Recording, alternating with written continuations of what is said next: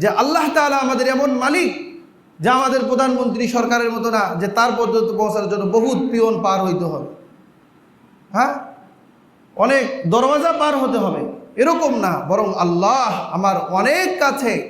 যে কত কাছে বলে আমার শরীরের যে সাহারা সেটা কত কাছে কল্পনা করা যায়?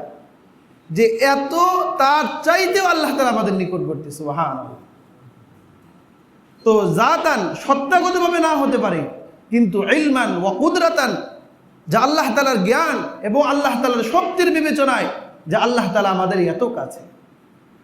তো এই জন্য আল্লাহ তাআলা বলছেন যে উদউনি আস্তাজিব লাকুম, যে হে বান্দা তুমি আমার কাছে চাও, আমার কাছে দোয়া করো, আমি তোমার দোয়া কবুল করব।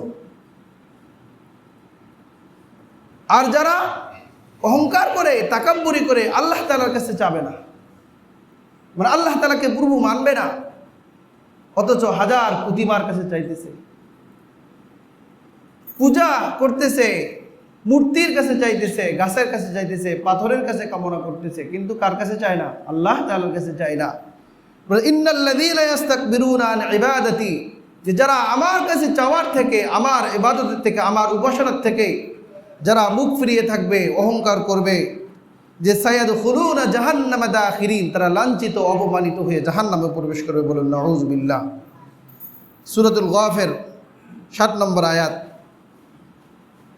তো এজন্য যে যা কিছু চাওয়ার কার কাছে চাইতে হবে? আল্লাহ তাআলার কাছে চাইতে হবে। নবীজি এই আদব শিক্ষা দিয়েছে। তিরমিজি শরীফের